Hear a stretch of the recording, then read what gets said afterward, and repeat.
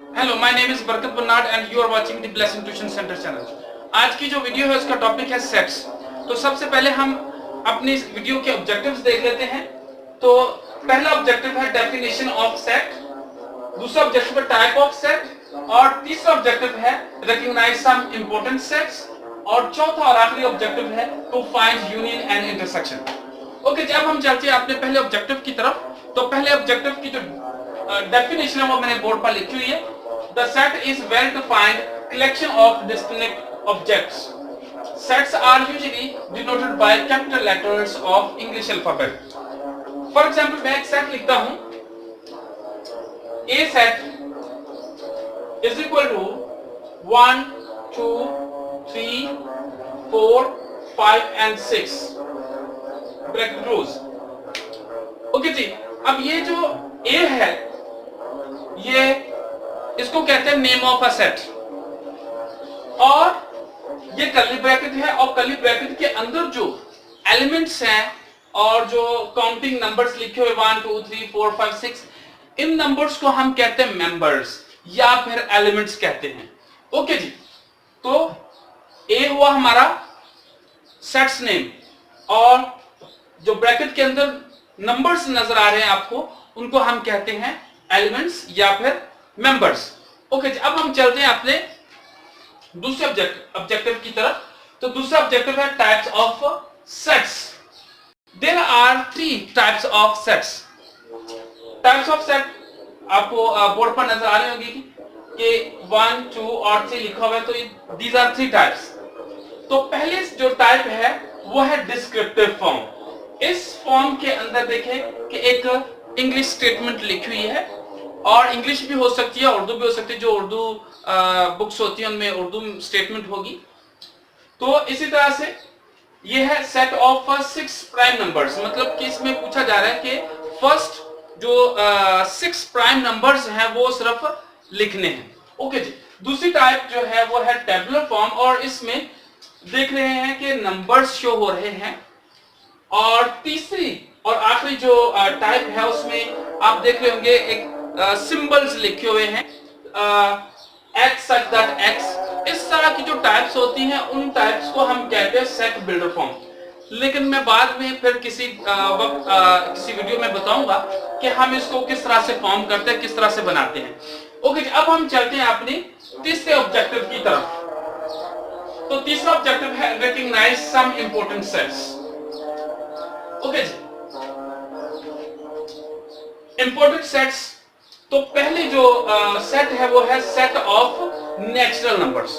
इसका जो सिंबल है वो n है और ये 1 से स्टार्ट हो रहा है। इसके जो एलिमेंट्स हैं वो 1 से स्टार्ट हो रहे हैं, 1 2 3 4 5 6 और ये कंटिन्यू रहते हैं। इसी तरह से उसके बाद में जो सेट है वो है the set of whole numbers.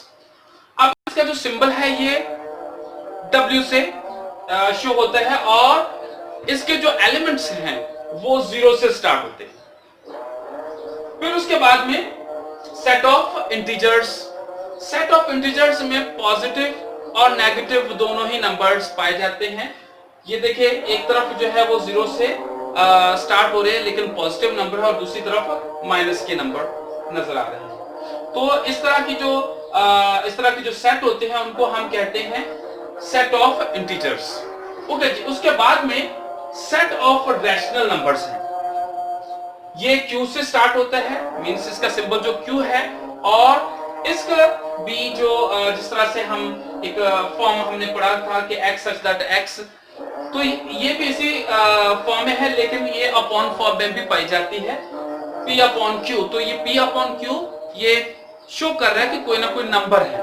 Okay जी, इसके बाद में हम देखते हैं कि सेट ऑफ इवन नंबर्स। इसका जो सिंबल है वो E है और इसमें भी पॉजिटिव भी और नेगेटिव दोनों नंबर पाए जाते हैं। जस्ट लाइक 0 2 4 6 पॉजिटिव है, -2 -4 -6 नेगेटिव नंबर है।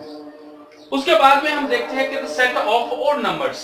तो इसका सिंबल O है और इसमें जितने भी ओड नंबर्स हैं वो पॉजिटिव भी हैं और नेगेटिव भी हैं। -1 -3 -4 5 और फिर इस तरह से ये आगे बढ़ते जाएंगे। और पॉजिटिव नंबर भी है 3 है 5 और फिर इस तरह से आगे जो ओड नंबर है वो कंटिन्यू रहेंगे। लास्ट में हम देखते हैं the set of prime numbers. इसका जो सिंबल है वो p है और ये जो एलिमेंट्स हैं इसके जितने भी एलिमेंट्स हैं वो प्राइम नंबर्स हैं, जस्ट लाइक 2 3 5 7 और ये सारे के सारे प्राइम नंबर्स हैं। ओके जी, तो अब इसके बाद में हम अपने चलते हैं चौथे ऑब्जेक्टिव की तरफ जो कि है to find union and intersection. दो सेट्स चाहिए, वो मैं ले लेता हूं। A set is equal to 2 4 6 और 8 और दूसरा सेट लेता हूं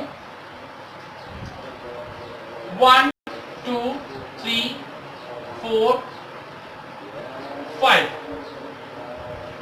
अब सबसे पहले हम क्या करेंगे, यूनियन फाइंड करते हैं। यूनियन का जो सिंबल है वो यू शेप में होता है। जब हम इन दोनों सेट्स का यूनियन फाइंड करेंगे तो इसको हम लिखेंगे ए यूनियन बी। ओके, जब हम इनको सॉल्व करेंगे तो फिर हम सबसे पहले ए के एलिमेंट्स लिखेंगे। ए सेट के जितने भी एलिमेंट्स हैं उनको हम लिख देंगे, वो है 2 4 6 and 8. Then the symbol of union. Then the elements of set B. The elements set B are 1 2 3 4 and 5. Okay जी, अब हम क्या करेंगे कि इन दोनों सेट्स के एलिमेंट्स का हम यूनियन फाइंड करेंगे और यूनियन फाइंड करने के लिए हम क्या करेंगे कि जितने भी एलिमेंट्स हैं हम उनको एक ही सेट में बंद कर देंगे, एक ही प्लेटफॉर्म में ले आएंगे।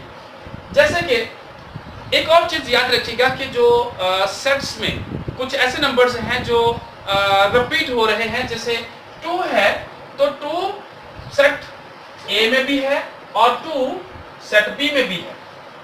4 भी है, 4 सेट ए में भी है और सेट बी में भी है, लेकिन हम इनको 2 टाइम नहीं लिखेंगे बल्कि 1 टाइम ही लिखेंगे। ओके जी, लेकिन एक चीज और मैं आपको बताता चलूं कि जब भी हम ऐसे नंबर्स लिखते हैं तो हम इनको असेंडिंग ऑर्डर में लिखते हैं। मींस सबसे पहले छोटा नंबर फिर उसके बाद में बड़ा और इस तरह से उससे बड़ा, जैसे 1 2 3 4 5 इस तरह से। ओके जी, अब हम देखते हैं कि दोनों सेट में से सबसे छोटा नंबर जो है वो है 1, तो हम स्टार्ट करेंगे 1 से। 1 के बाद में जो दूसरा नंबर है जो 1 के बाद में आता है वो है 2। 2 चूंकि दोनों में कॉमन है तो हम इसको 1 टाइम लिखेंगे। देन 3 और देन 4 भी आप देख रहे होंगे कि ये सेट ए में भी है और सेट बी में भी है, तो हम इसको 1 टाइम लिखेंगे। और इसके बाद में 5 देन 6 और देन 8। तो ये हुआ यूनियन। अब हमने इसको फाइंड कर लिया ए यूनियन बी। ये बहुत ही आसान है, मींस दोनों सेट्स के जो एलिमेंट्स है उनको हम एक ही सेट में बंद कर देते हैं, तो इसको हम कहते हैं यूनियन। ओके जी, अब हम चलते हैं इंटरसेक्शन की तरफ। तो जब हमें इंटरसेक्शन फाइंड करना है, सेट्स यही रहेंगे।